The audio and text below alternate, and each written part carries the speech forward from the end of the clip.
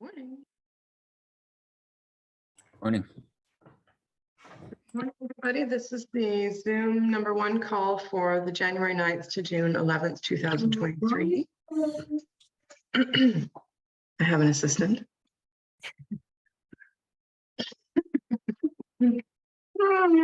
Okay, and then you have to go find Dad.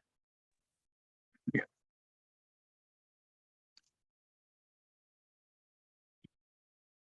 You go find Dad? Okay, thank you. Okay. How's everybody doing this morning? Good. How about you? Good. Good. I got my whole workflow. I had the office hour for the other course, the fall course, last week, and so I got some of the recording hiccups and the little tech pieces ironed out last week. So you're welcome. I forget to hit record on the first. I often forget to hit record on the first Zoom call of the season, and then I'm like. So do you have overlap then with the fall course that started? I do. Okay. Yeah. So you guys are coming in. They're halfway through. Got it. So And that's for the 20-week course or the 10-week course? It's the same. It's the 20-week course. Yeah. I don't do the 10-week. It's too intensive, and I just prefer to work with people that are kind of more leaning towards like either doing this professionally or that's their back, like that's what they're drawn to. It doesn't mean that, I'm not interested in like people just doing homesteading and stuff, but I found myself a lot more drawn to the PDC-PRO, and I'm like, I'm just not going to cross. I've got enough going on. Yeah. Sure.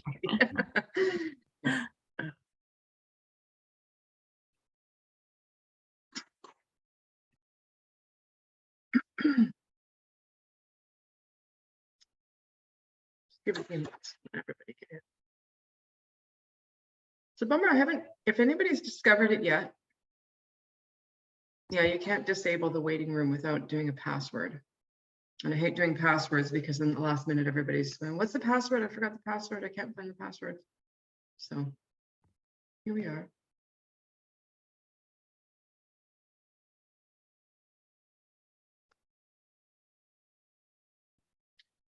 Well, How many people are in this group? In this 14 Oh. so far. So usually what happens, and I've talked to Andrew about this, I've talked to some of the instructors, and it just seems like it's a really consistent number, that there's generally somewhere between like a 10, depending on the season, like a 10 to 15 or even 20% attrition. So we tend to get like a kind of a pack of like 8 to 10 students out of 14 that are going all the way through the course, and like just, assignments are coming in every week. And then there's a few people that just seem to, I don't know if they sign up for the course, and then sometimes life happens and that happens and they'll re-enroll. I've actually got a couple of re-enrollments in this round, I think. Yeah, so some are re-enrolling, some will re-enroll, and some just sort of like have signed up for the course, paid for it, and then they vanish. And I don't know what happens, and I've spent a lot of energy trying to chase people down. And at the end of the day, it doesn't seem, sometimes it makes a little bit of a difference. And sometimes, I can help them like either re-enroll in the next course, or we can get them over like a tech hump. But it's just the way things happen. So, yeah, it's always nice to see people show up on the office hour calls, because it seems like the people that do consistently have an easier time and move through the course more smoothly are making it to office hour calls. But I also can't compare that to people that are consistent with watching replays, because I don't track replays or like who's watching replays or anything. So that's my experience so far. So we've got 2, 4, 6, 7. I think that's the wrong page. Okay, well, let's get started. So I'm Susan. I'm sure you all read my introduction and stuff. I'm not gonna go on about that. First off, is everybody kind of oriented into the template, has got their template set up? Yeah, okay. Feel free to drop comments, like questions or anything in the chat if you think of something, or you know, you can use the chat. I don't use the questions, like the hand raise at all. Sorry? Oh, Leo. Are you talking to us? It's kind of broken up and unclear. Oh, And your video is off. I don't know if that was intentional. no, sorry, it was not intentional. Oh, okay. All right. Okay, so I will start with just a little bit of orientation. So Javin Bernakovich is another instructor, primary reader in the course, and he's been my mentor. We were paired up when I first started doing the primary reading with OSU, and we do a like a Google Doc. Basically, that's just a place to house like all the Zoom links, questions, resources that are generally helpful from like one group to the next, because I mainly focus on students that are in California, or like, you know, I've gotten a few from the PNW. I'm Canadian, so I moved down here to Southern California in 2015. I've also got international experience. So far we've just been focusing, like I've just been taking California students because it works really well for me, and it works, you know, the time zones line up and everything. But that's where we should, in that Google Doc is where I tend to share resources that are applicable from one course to the next, because if I show them in the discussion groups, then they get lost. Like, so they're specific to your group, but they don't transfer over to the next group, and I don't spend a lot of time cutting, pasting things, and things get lost. And it's just nice for students, I think, to have that continuity. So I'm going to screen share that document. This one. And Susan, is this the document that you sent out in the email that? It is. Okay, Yeah. great. Thank you. Yeah, it is. So this is kind of the, you know, the document where you can find everything if you can't find anything. I found that it's very buggy to link to discussions in the OSU in Canvas. So that's the only thing where links might be broken, or like if you're trying to find a discussion and you can't, usually, you know, navigating around in OSU in Canvas, you can find it that way. Generally, the links that I've shared for discussion, I realize belatedly that they don't tend to hold very well. Like they seem to link to past courses, or they link to somebody else's group. And I've tried really hard to iron out all those kinks, and it's just, so that's the only places, the discussion links, I tend to just like, you kind of have to navigate through in Canvas. It's hard to link back to them. But otherwise, so here's the document. I will drop the link into the chat in case, just to make it a little easier. There.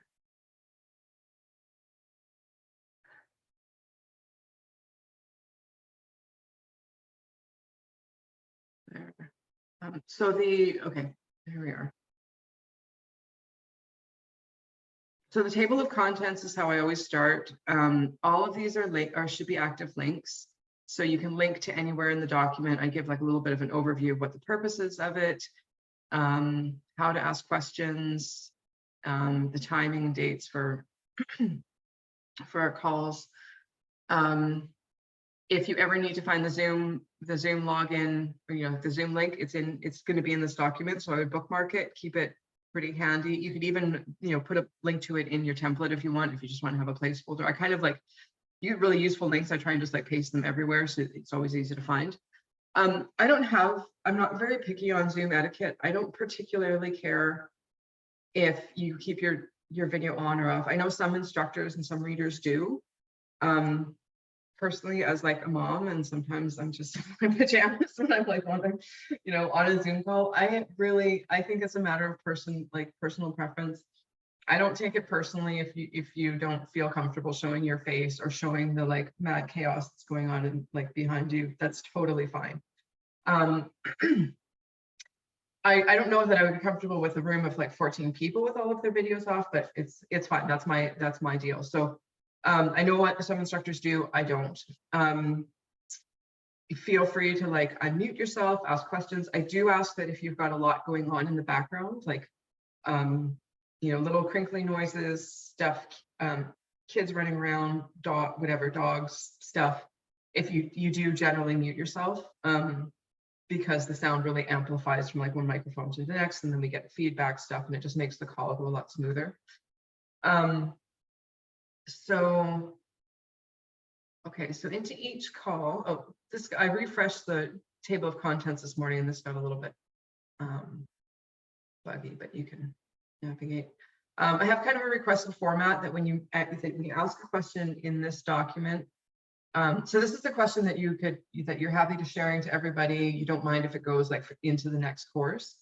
If you have questions that are like very specific to your property or your situation, you don't necessarily want those details shared on to other students or like between courses, then a better place to either email me personally, and that's fine, and I can keep that confidential, or keep it in the discussion, and then it stays within our group. It doesn't even go out to the other students in the course, or the other instructors can view posts from different groups, but the other students can't. So if you have anything that you want to keep kind of private, like, you know, whatever location information or your personal details and stuff, keep it in the discussion. But if you don't mind sharing the information, because it's really useful for other students to be able to look back, because we're all in sort of the same geographic area. It's super useful for me to be able to know that I can share that information, you know, if it's useful to another student, you know, going forward.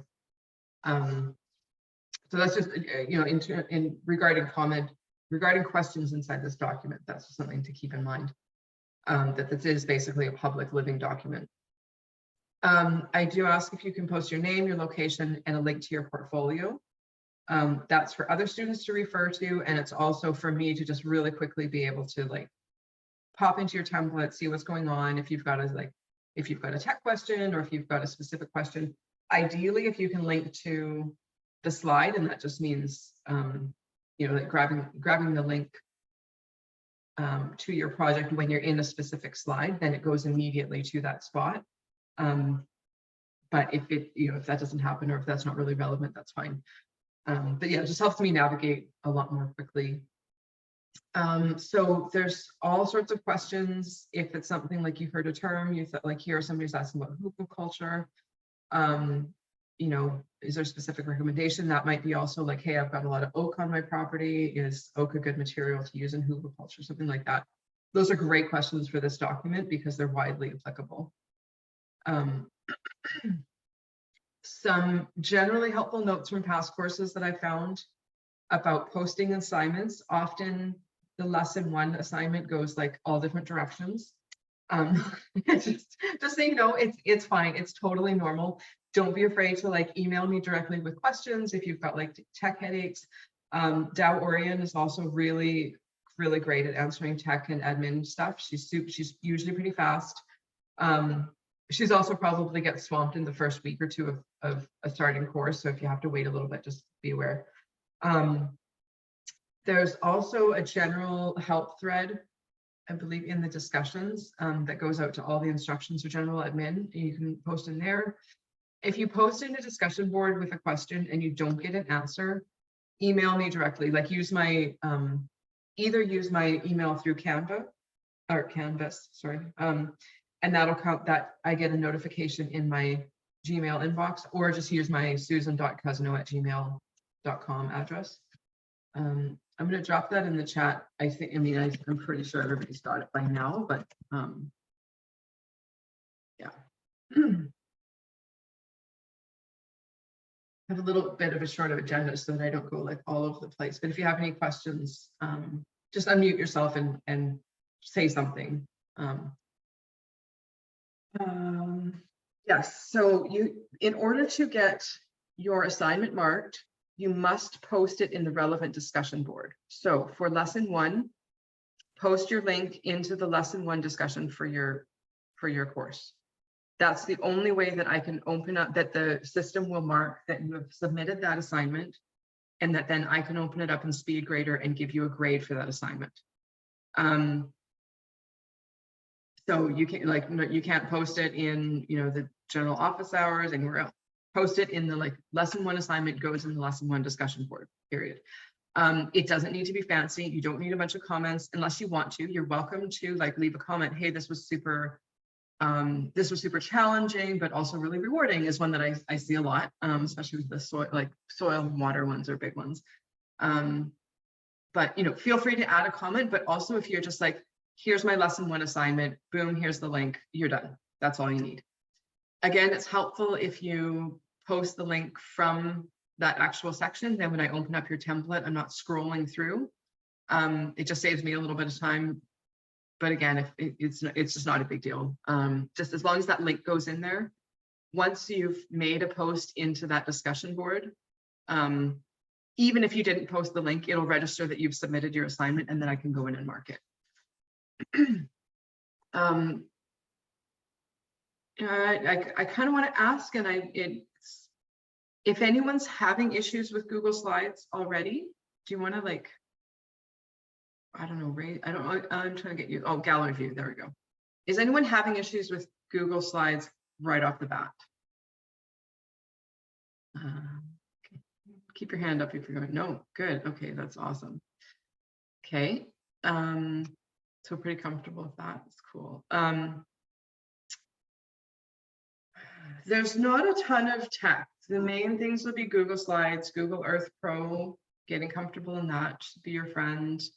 And then there's a lot of links in the course material to things like weather data links. Weather data can be kind of tricky to find for your specific municipality or your specific county. Again, if you're having any issues finding like the right data, finding the numbers, let me know. I do a lot of that, and I'm deep in it right now. We're doing a bunch of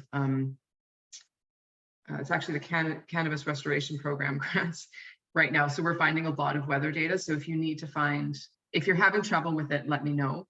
But things like that. I'm yes. having some trouble. It's just like, it's very like 10 different websites tell you 10 different things. And then when I use the government's one, there's not one that's like in my exact elevation and everything. So I've kind of just guesstimated based on like triangulated based on like 3 of them. Yeah. Is that basically? That's great. Yeah. Yeah.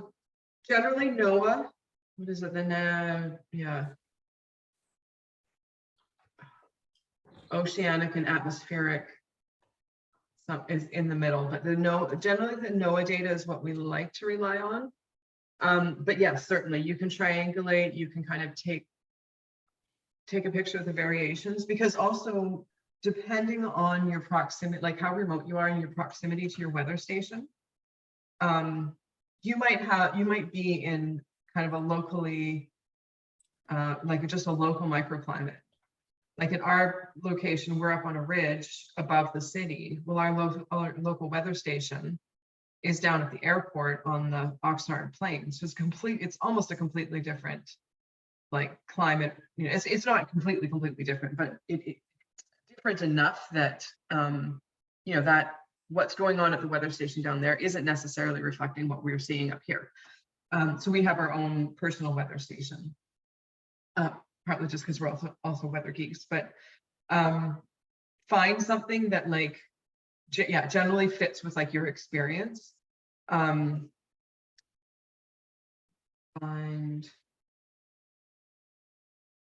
you know what, actually, I think it might already be, it should already be in here. There are some links to which are generally reliable and generally like easy to navigate, and they've got pretty detailed data. WeatherSpark is a really good one. And that's, you can just search WeatherSpark. I think it's weatherspark.com. But they give a really nice kind of detailed analyses, but a lot of like really pretty graphics that show like kind of annual variation and different patterns, and you can really sort through and find stuff that's like that tells the story of your property. The caveat with that is that you can get really deep into like finding sexy graphics and finding cool numbers and everything, and they really focus on like what the point of the template is and like what the information is that we're looking for, and like get those numbers in. I really prefer to see, if you can, get the numbers into the table. Like actually copying and paste, whatever, copy and paste the text. If you need to like download a CSV and get it into the Excel table or whatever, into the table in the template, rather than a screenshot of a data table. Because a screenshot of a data table, the graph, like it gets really hard to zoom in and out, and it like, you know, the fuzz factor goes up. It's so much easier to navigate and to reformat. If you need to, like, if you find better data, I don't know, I think it's a lot nicer to like, not to change necessarily, but if you need to update your data, it's nice to have that actually entered into a table rather than just a screenshot image of, you know, someone else's someone else's table somewhere. So that's just kind of a note that I've seen a lot of students go through. If you know, you do your best with what you can get, and where you are, depending, you know, yeah, depending how remote you are, depending what county, what part of the state, you may have a harder time. So, you know, there's like the law of diminishing returns, right? If you're spending hours and hours and hours trying to find like a certain piece of information, and it's getting frustrating, just leave it. Like 80%, you know, 80% is good enough, you know, and just keep moving on. And then you can always go back and fill in gaps. You can, you know, that's what the yellow highlight is for in the template. It's really useful for highlighting what you need to go back and fill in. I like to use X's. So then, you know, at the end of the day, I do this all the time with like editing documents, reports, data tables and stuff. I'll use 3 X's, and then I can do a search find, or find whatever, find replace, and then I can find anywhere that there's missing data. It'll automatically show me, because if I'm looking for yellow highlighting, I may miss something. So okay, is it Eaton? Yeah. Eaton, okay. You can go ahead and unmute yourself. Yeah, okay, there you go. I'm curious about this emphasis on weather and historical climate data as we're designing for changing climate, and the unknowns of sort of understanding of, I mean, looking at this last, you know, this Pineapple Express, right? That's new, but presumably will be happening all the time with atmospheric rivers. You know, a lot of the data is as new as it can be, but this emphasis on history, I mean, how do you take that into consideration in terms of design, and how you look at climate? There's a number of ways you can tackle that. Yeah, I mean, it's a real problem, but at the same time, like, we're in Southern California, we are very likely never going to be a like 3-foot rainfall place, right? But we can design for, you know, what we might have used to call like a 100-year or a 200-year event. We are now seeing a pattern of that becoming like, you know, a 5-year event or a 10-year event, right? And so if we have that historic data, and then we can link it up with what some of the actual climate predictions are, because there's a lot, you know, the IPCC, there's a lot of climate prediction stuff, and it, you know, it varies. It's like, you know, depending on the degree of warming, depending on our location and stuff. So finding some of those predictive pieces, you might, you know, if you need to add a slide or two where you really, if you really want to go into that, and talk, you know, just get the coverage of the historic data, which gets us up to now, but then looking at the long term, like, okay, if this is true, these numbers are going to apply. And then I'm, you know, just at a certain point in the design process, you have to just decide, like, okay, I'm going to design for, you know, a 200-year event becoming a 5-year, or becoming a 10-year, whatever. Pick some numbers that like seem reasonable to you, right? Like we actually went through this in the group that I'm halfway through with right now. Somebody had chosen a property. They were designing based on a property that they felt like they were 90% certain they were going to actually be purchasing. And we went through this weather variability, and actually it was the water layer that really kicked it over for them. They were basically on a floodplain, you know, and he's looking at his topo map saying, like, can this be accurate? Like, can the majority of the property actually be at or below the level of the river? And I'm like, yes, it is actually possible. And so, you know, his neighbors are, you know, the people that would have been his neighbors are all saying, oh, you know, it hasn't flooded in 10 years or 15, I've been here for 30 years. I've never seen it get above this level. Well, when we looked at the climate variability and the rainfall variability, it's very high likelihood that that is going to flood and right up to the level, you know, of the house, basically wash out the entire property. So I think he's taken a pass on that partly because he had specific ideas about, he was really looking to make like an orchard vineyard system. So if he had wanted to do something that was compatible with like floodplain ecology, he still could have bought the property. The house was probably going to be safe. It was a beautiful, stunning property, and he had no limitation on water. But anything that he planted in that floodplain was at risk, and that was not a risk that he was willing to take. So, you know, that he ended up moving on. But that's kind of like, these are all kind of personal decisions, right? Of like, what's your risk tolerance? It's almost like an investment thing. Like, what's your risk tolerance? What's your longevity there? Do you have a personal relationship with that site already, and that you can, like, you know, work around some of that, you know, those things. So, but yeah, I agree. I think there might even, I think there's probably room to push back a little bit on the historic data piece and really expand the room in the template for more, what does the future look like? Because I see a lot of, I agree with you, I see a lot of emphasis on like, what does the past look like?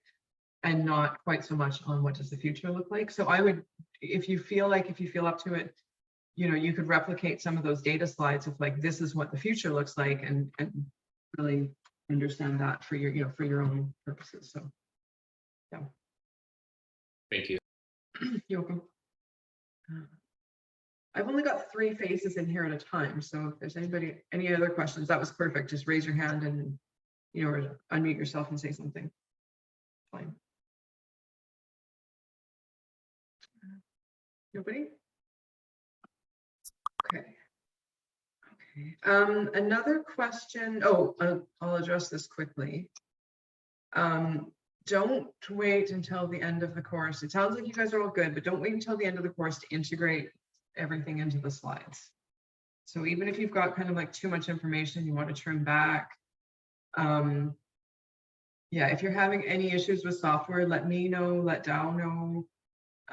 Give a shout out to somebody. Like, don't struggle along at 2 o'clock in the morning in frustration. And it happens. Like, I totally understand it. But don't hesitate to reach out and ask questions, because usually it's something that we're like, oh yeah, this like glitchy thing, or like this, there's like a little hack that you can use to like move through something that, you know, you're having an issue with, that other people have had the same issue before. So there's been a lot of students run through this course. If I haven't seen it, I know for sure one of the other instructors has, and I have no problem reaching out to somebody to either support you directly, or, you know, we can get an answer for you. So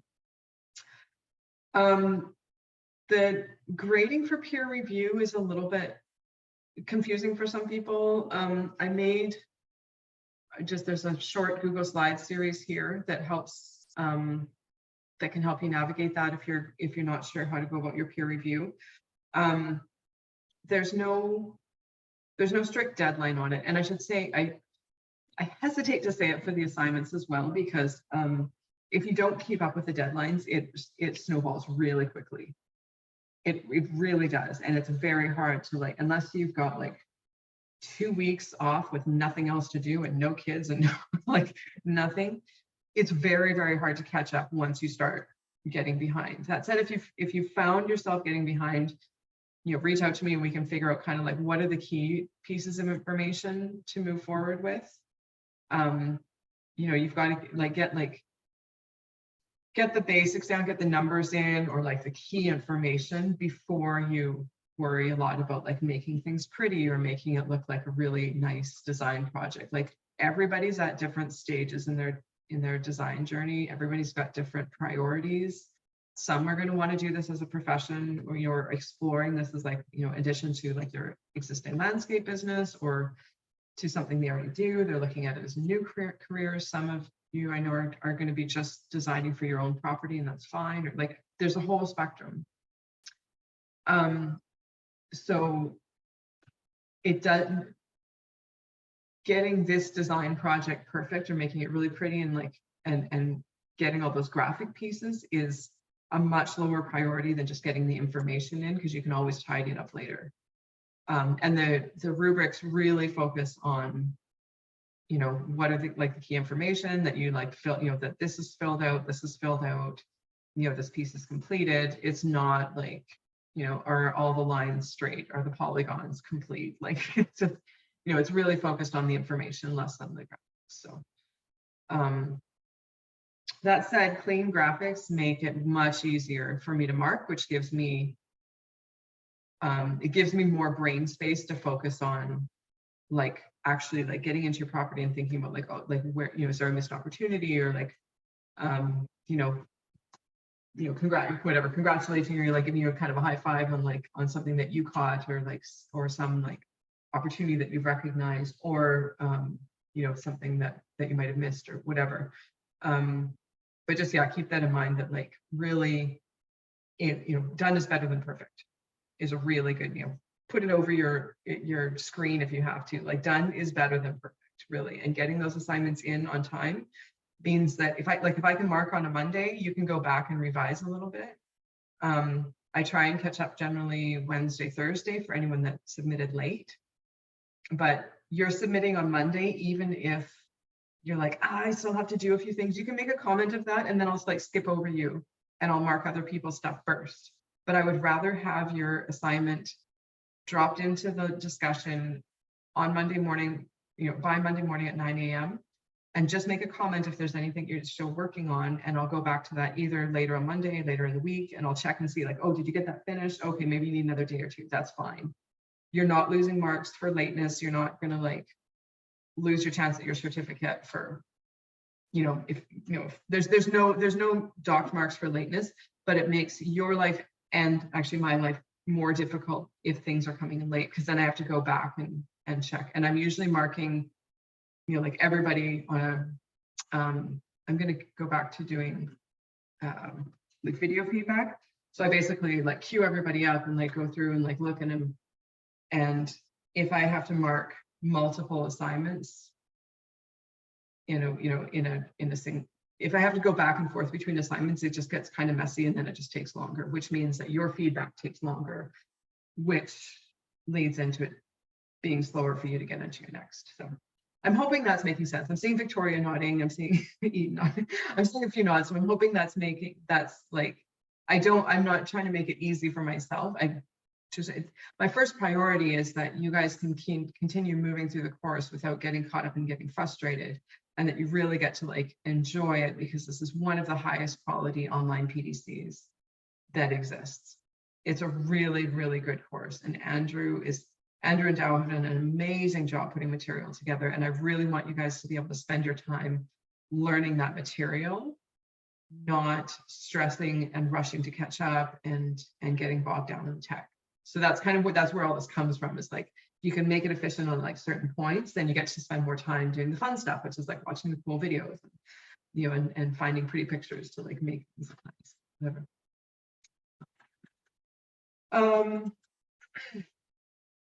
Oh yeah, that started off as a discussion on peer review, and we definitely went sideways, but there's a little, if you're not sure about peer review, there's a little short tutorial in the Google Doc, a link in the Google Doc to that tutorial on the peer review piece. That's another thing, just try and get it done on time, or as close to on time as you can, and then you don't have to worry about it. But if you get behind, you can go back and do the peer review, but it'll just be another thing where like, you know, it takes more time than it needs to if you can just keep up on it. So how's everybody doing? Questions coming up? Okay, thanks. Thumbs up are good. All right. Okay. I gave a little bit of a kind of it was just an overview on how to go through the course. Some people were asking for recommendations how to best go through the course. And basically that's like, I think like any any university level course, any course really. I always found it worked really well for me. Read the course overview and the syllabus, get an idea of what the whole thing looks like, so you have a perspective of it. Some lessons and assignments are going to be faster and easier than others. Like there's just a few that are really, like the water layer is pretty big.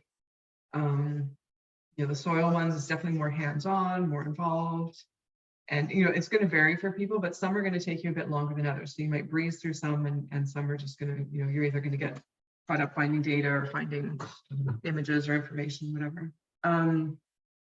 When you're submitting an assignment or when you're putting an assignment together, really pay attention to the overview that's in the top of the discussion, because there's all of the information you need is there. You can use it like a checklist. You can put it into a Google Doc or into a slide and literally just check things off and make sure you hit all those points, because you can guarantee that if it's in the assignment description, it's in the rubric and then it's marked.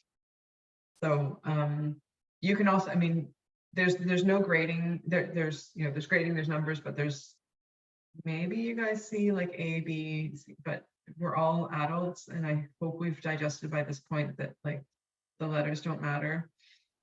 You know, what's mattering is like completing it and like getting the information and everything. Yeah, so just get a good overview, get to know where the rubrics are, and because those rubrics are what I am marking on. That's what I'm looking at, and I'm not adding anything. I'm not like skipping over anything. I just literally, I have your assignment up and I have the rubric up, and that's what I'm marking and moving on. So those are really, yeah, should really help. There's a lot of tutorials inside the template. So you know, if you scroll through, look, there's examples to the right of the slide that you're working on. There's really good examples from previous students if you're like looking for inspiration or like not really sure what you want your finished product to look like. Keep in mind that we've had a lot of graphic designers go through the course. Keep in mind, because that is a very big skill set. And I struggled for a very long time because I'm like, oh, my stuff looks like crap. And it's like, yeah, they spent like 4 years learning Adobe Illustrator or whatever. It's a completely different skill set than like, you know, being able to go out and like read the landscape or like, you know, and Google Slides is not a graphics design. If you want to use a graphics design program on the side, you're totally welcome to, and then import those graphics. But just keep in mind, sometimes some of the examples that you're looking at that are like, oh, this is a really good example. Yeah, it's a really good example because they had the information, they put the information together well, and they had these graphic skills. So just keep that in mind. Yeah, work at it in chunks. Do like a little bit, you know, try and set aside like a little bit of time every few days, or like even every day. If you sit down like once a week, it's going to get overwhelming, guaranteed. So you know, there's a lot of extra videos you can watch. There's a lot of extra reading you can do. Like really focus on like the, you know, the top level, the most important things, get those checked off, and then like, you know, if you need a brain break, do something fun, or like watch one of the, you know, kind of the entertainment videos. But yes, definitely do it in bite-sized chunks. I've got a little comment here about my XXX system. That's just something I picked up in university. I find it really easy to search and replace things if I need to.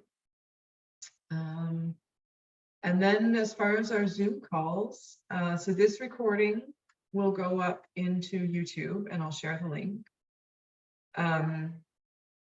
So when I could bounce around here, but I try to share it everywhere. So I share the link. Let me see, I'm gonna scroll down to an older one. Yeah. So this is the format I generally stick with. So the date of the call. Here's a link to where you can post your assignment for the next lesson. Now this is the first time I've had 2 courses overlapping. So I'm going to try and keep this link going to your lesson, but I'm not totally sure it's going to work. So feel free to comment if it's not working for you, if it goes to a different course, and then I can change. I can do my best to change it. I can't guarantee that I can weed that out, but the video recording is going to go on YouTube. I was adding transcripts, but I don't think they're actually that useful. I think just a summary of the main questions. You guys have enough material to go through. Transcripts are messy. I can yammer a lot. I don't think like raw transcripts are that useful to you, and it takes a ton of time to edit that my ROI on that is zero. I can't edit like pages and pages of transcripts to make it worthwhile. I do, if there's something that I miss information, I'll get the transcript and I'll try and scan it and pull the question out. But then I'll just add it as an edited question here. So I think I'll actually just take that right out. Oh, another note. I do use Notion quite a bit. So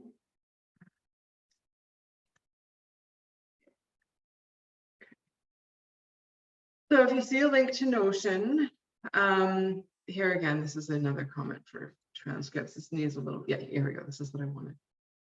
Okay, so about halfway through the last course, I started keeping a table of all of the video recordings and Q&A for the office hours in Notion, because I can backlink to different things. You shouldn't need a Notion account to use it unless you want to comment. But I'll show you what that looks like.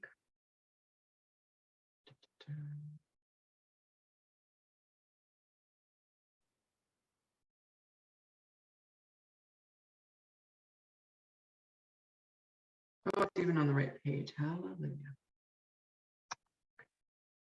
Oh. Sharing set. Okay. Yeah, so basically I just keep a database of all the Zoom calls. So this is where you could actually see Zoom calls from previous courses. You can also see this in YouTube.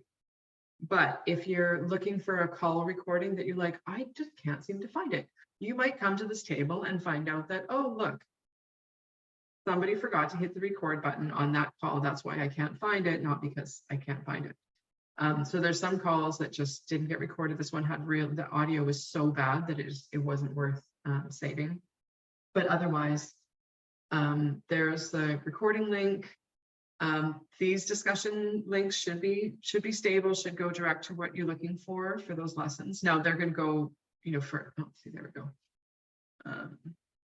Yeah, so this goes to the lesson 3 assignments. Now this is going to be for the other course, but if you're linking from the call for your course, then it should take you there. So again, if you like Notion, if you want to use it, you're welcome to. It's just another way of like the way I organize information. This allows me to like keep my notes all in one place, keep all those links in one place, so that I can keep navigate, I can navigate from basically wherever I am.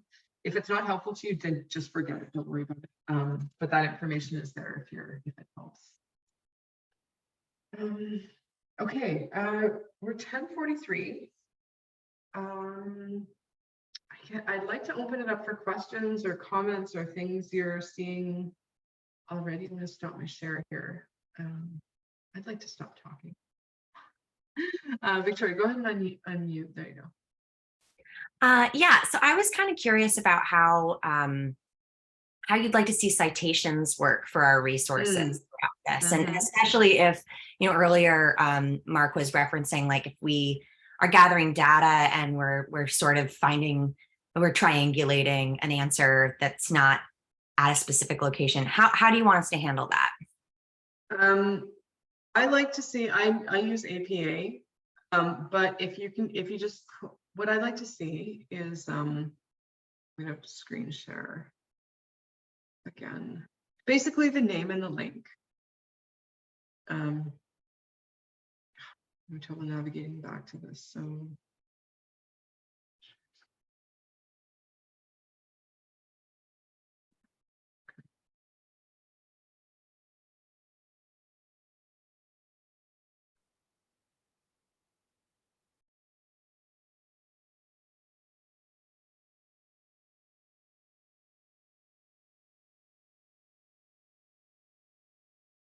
it's gonna be like name and link. So say I go to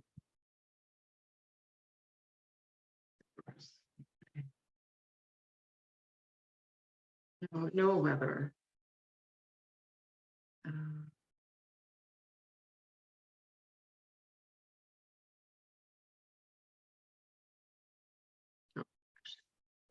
going to go to the Camarillo specific site. So the really quick and dirty way is to just, oh, actually, no. Yeah, you could use that. National Oceanic and Atmospheric Administration. So for web, and most of the stuff you're going to be linking is going to be website. Nobody ever used Norton Safe Search as your browser like homepage. I somehow got onto that. Oceanic and atmospheric. Now the reason I have to type it out is because they were jerks and they put their logo into a PNG, or it's a graphic. It's not, you can't copy and paste it, but you can either do it like this, post the whole day link. There, oh, there you go. Okay, and then accessed. You can pick your format, whatever you're happy with, something like that. So I can see what date you were accessing that, because you know when a website gets updated, something there might change, but the link and the name it came from. Because I do so much research stuff and I'm constantly using links and stuff, I use Zotero. So there's like citation management software. If this is a road you want to go down, then you like Zotero, EndNote, which I haven't used in, let's see, myself over a decade, I'm sure. Mendeley are all good. There might be something else out there. I use Zotero because it's good for groups and I do a lot of sharing. I keep kind of a public resource library. But they all have like their pros and cons if you want to do that. And then they'll have a browser, what do they call it? A plugin or extension. There we go. And then to, you know, like you can, it's not a bookmark, but you can basically save pages. And then you can go into that software and grab the citation. And that'll give you a proper citation. Like, you know.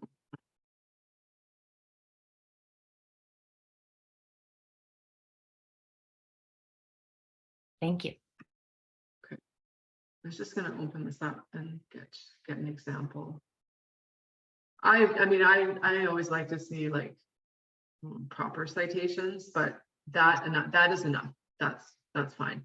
But yeah, we do need to see where it's coming from. And if it's coming from a bunch of different, you can always make like an extra, like a resources slide if you can reference which slide it pertains to. Yeah, I could just see a situation where, you know, if you were compiling information and you were pulling it from a few different sources, your entire slide could then end up being your sources. So yeah, exactly. kind of like an appendix situation, is that? Yep, you can manage it that way. It's kind of a lot of like whatever floats your boat. Okay, great. Okay, so there's the citation that I just grabbed out of Zotero. It's for a completely different paper. Let's see if I can save this. It's been a little bit buggy for me recently. Oh, there we go. Worked. Sometimes I have to remind myself, you will not start swearing at your software on it. Okay, so there's what this, you know, that's pretty ugly. That's messy. Zotero, let's take on it. Yeah, so you know, and you can clean this up if you want. You can clean it up in the software, you can clean it up manually, but this is what an official citation would look like. And you can play around with different formats. Like I use like APA, the American Psychological Association 6th edition, because it's super standard in academic circles. But you know, you can pick a format that's shorter, you know, that you like better, but those are that's the long-winded answer to your question. Okay. Thanks so much. You're welcome. If you need to change your name in Zoom, because it's nice to, I get to know people, and it's nice to name. If you right click on the three little dots that are up in the top right hand corner of your video, then you can scroll down and choose rename, and then you can rename yourself. Oh, I usually have my pronouns because they came off. I do like to see pronouns if that's something you're comfortable sharing. You like to do it.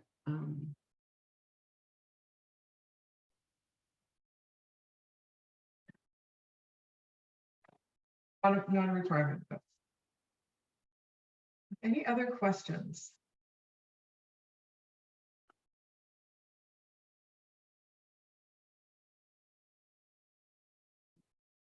That's good. Okay. Because I got the recording. Yay. So this will go up. My Mondays are strictly work now, which wasn't always the case. So I should have it up by the end of the day. It takes a little bit of time to like write the recording and then upload it to YouTube. But I think I've got a pretty good workflow now where it goes fairly fast. So it should be up by the end of the day. Barring that, it's up like Tuesday or Wednesday, just depending on what my schedule looks like. I had a quick question. Is there a way to talk to all the other students? Like, is there a specific discussion board, or do we just, like, if we wanted to ask here's question kind of thing? Yeah, there is a WhatsApp group. And I'll share that in the office hours and in the general discussion board. I believe there is, and it's funny because I thought about that a lot, and then no one ever asked, so I never really chased it down. But I do think I think there is. I think there should be. Yeah, WhatsApp would be awesome, I think. Okay, yeah, there is a WhatsApp group, and that's like current and former students. Yeah.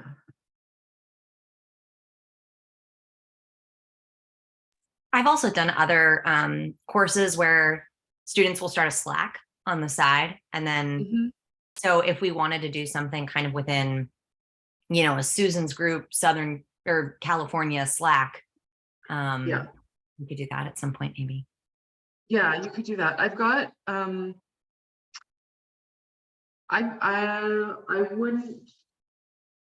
wouldn't be very effective at monitoring that. I'd like to say, oh, I'd be happy to monitor that. And I would be happy to do it, but I don't think I'd be very effective or reliable about it. If somebody wanted to do that, to take that on, I have no problem reaching out and inviting previous students. I can only ask you, is anybody not in California? You are, Christiane? Is it Christiane or no, Christian? Yes, it's Christiane, and I'm sorry I had my son's name before there, so for the start for the confusion. Yes, so we recently moved from California to Michigan, to northern Michigan. So my design site is in northern Michigan. I was about to send you an email about that, more on a private part, but yes, since you asked, I'm located in northern Michigan right now. I used to live in California, but we moved like by the end of the year. Gotcha. Okay. It's up to you. I'm Canadian. I'm totally comfortable designing like more northern climates. If it's fine with you, then yeah. Okay. Sounds good. You might just get sick of hearing about California. But okay. Yeah, all right. Yeah, no, we're happy to have you. So okay. Where were you? Santa Cruz area, Scotts Valley. I don't know if you're familiar with it. Yeah, a little bit. Okay. Okay, so the discussion board question, there is a main help discussion. You can also post your design portfolio. Let's see. Yeah, to share with students in other group if you're desired. Yeah, okay. So you can post it there. Yeah, so what you would want to do is kind of navigate as far back as you can in the discussion so that you're out of like Susan's group. And then you should be able to access these general groups. It's hard for me because I can't see, like what I see is from an instructor point of view, so I can reach out and ask Dow and Andrew just to confirm that that would be the best place to have those conversations. But yeah, if anybody gets any insight on that, but I'm pretty sure that, yeah, if you navigate back, then you'll see like main brackets help discussion board, and then there's the optional post design portfolio. Yes. So you're saying maybe if like I started a Slack group, you could just send that out, and then anyone, obviously no one has to join, but anyone who wanted to join could just join that group. Yes, I will send out the WhatsApp link. Okay. It's not particularly active, just kind of a bummer. I was hoping it would be more. Personally, I think Slack would be more effective for like sharing images and stuff, but that's what somebody started, so that's what I shared. You got me now. Yeah, but I'll share the WhatsApp link. I'm on a different computer and I cleared my cache, so I can't. Otherwise, I'd share the link in the chat right now, but I can't access it right now. Okay, Eaton, I can see your hand is up again. Aton. Eaton, sorry. Pardon. Yeah, like 8. There we go. Okay.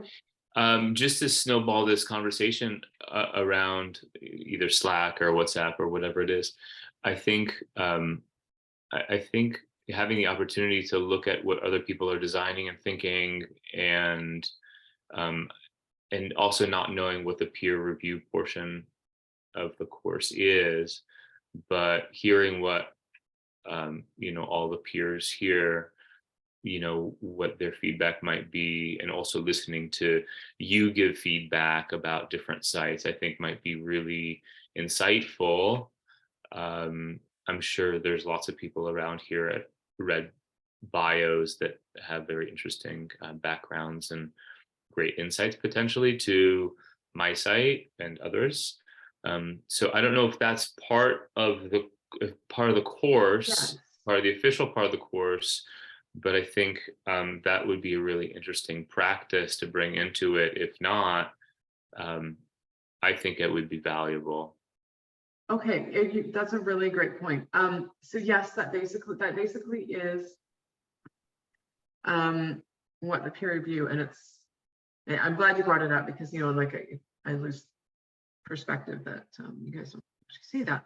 So I'm going to share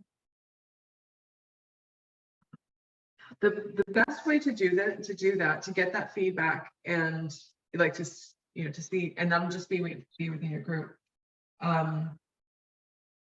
Actually, it wouldn't be. You'd be if you post within that general group discussion. You could see other students that have opened their, if they've posted their project and they've provided access in the Google Slides to like that it's whatever publicly shared. Then you'd be able to see theirs. And some people just don't want to share their project to that level, which is fine. But within this group, I encourage people to do, let me see, to go, I'm going to,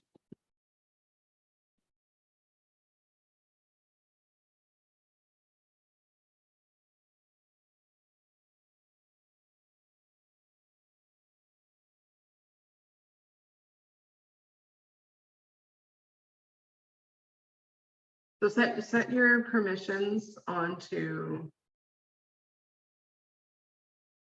oh, this is view only now. Oh no, this is the template.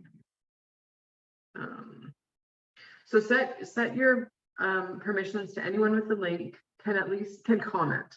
Don't do edit, but just set it to comment, and then you can get that feedback directly into your assignment. So because this group, Kelly's really big on sharing her stuff, so I feel safe So here, this other student, Kelly Cooper, she's got comment only. So other students can come in and comment on her assignment.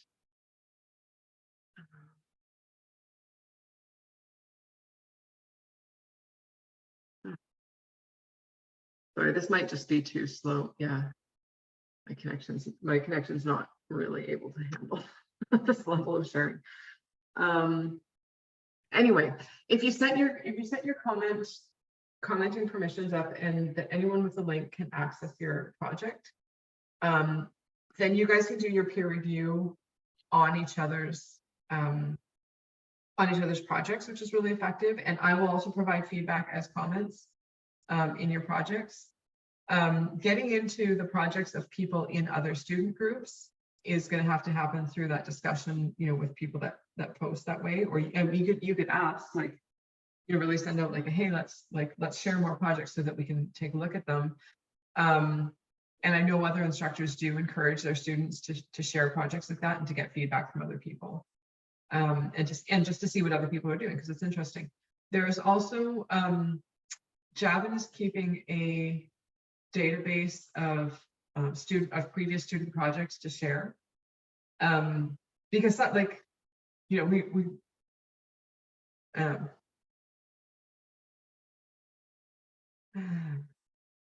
I would say, like, some students are making things look really pretty, but they're not actually like what we necessarily like want others carrying on that. But Javin is keeping a spreadsheet of student projects exactly for that purpose, so that people can go back and so you've got more examples to go back and take a look at, either like from your area or from just to printers, like people from different backgrounds with graphic backgrounds. So as far as the peer review goes, it's up to you how you want to do it. You can either comment on 2 other students' work in their project, or this one starts. Are you seeing you're seeing my browser now? Yes. Okay. Let's see. A good example, because nobody really.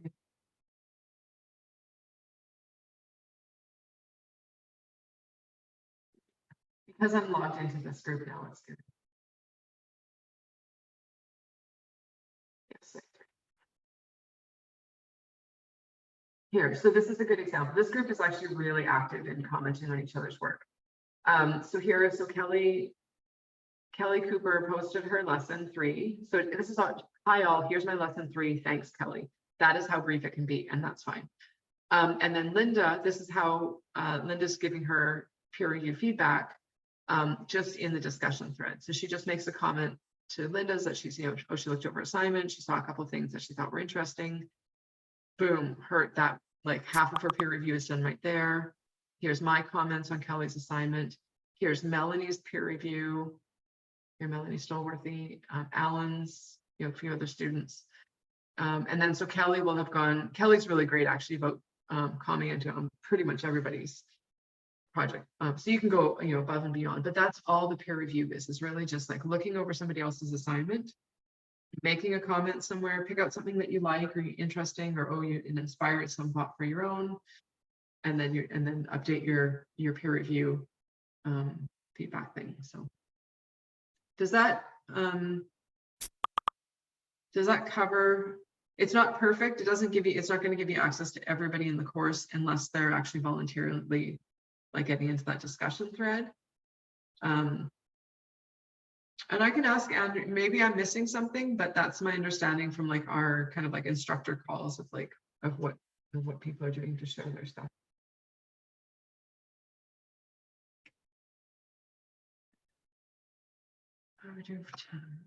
Okay, so we're a little bit past 11. Is there any other questions before we wrap up? No, all good. Okay, if you think of anything, don't hesitate to email me. But yeah, have fun finishing up or starting or whatever, wherever you're at with lesson 1. I hope it's going well. And yeah, feel free to shoot questions if you have them.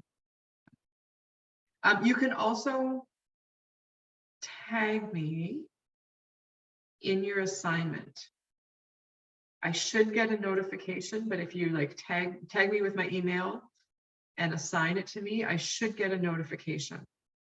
And if you do and you don't hear anything, maybe reach out by email and I'll check it. I'll double check and see. That's I with should the get it. Google Slides to tag In you. Google Slides, yeah, yeah. At the very least, it'll show me when I go into your assignment that you specifically want me to look at that aspect, and that's really helpful. So, yeah. I feel like I do best answering specific questions. Like, hey, I got stuck on this. What would you do? Or did I do too much of this here? And then I can take that answer and then kind of put it into like a more general doc so that other people have access to the information. If you have reservations about that, just make it clear. Like, tell me, please don't share. I mean, if you've got your project set up to like anyone can access the link and commenting, then it's going to be shared with us. It's open to be shared. But if there is something that's like confidential or private, whatever, you don't want it shared, just make it clear. Just say so, and I'm totally happy to keep that under. Okay. Cool. All right. Well, thanks everybody for showing up. It's great to see so many faces on the first call. That's really nice. So, awesome. Thank you. Thanks. Okay. Have a great day, everyone. Thank Thanks so you. much. Thank you. Okay. Thank you. Bye. Bye-bye. Bye.